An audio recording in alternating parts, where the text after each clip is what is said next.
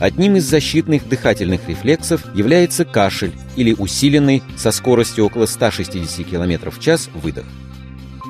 Кашель возникает при раздражении слизистой оболочки гортани случайно попавшими кусочками пищи, твердыми или жидкими веществами, вредными газовыми примесями.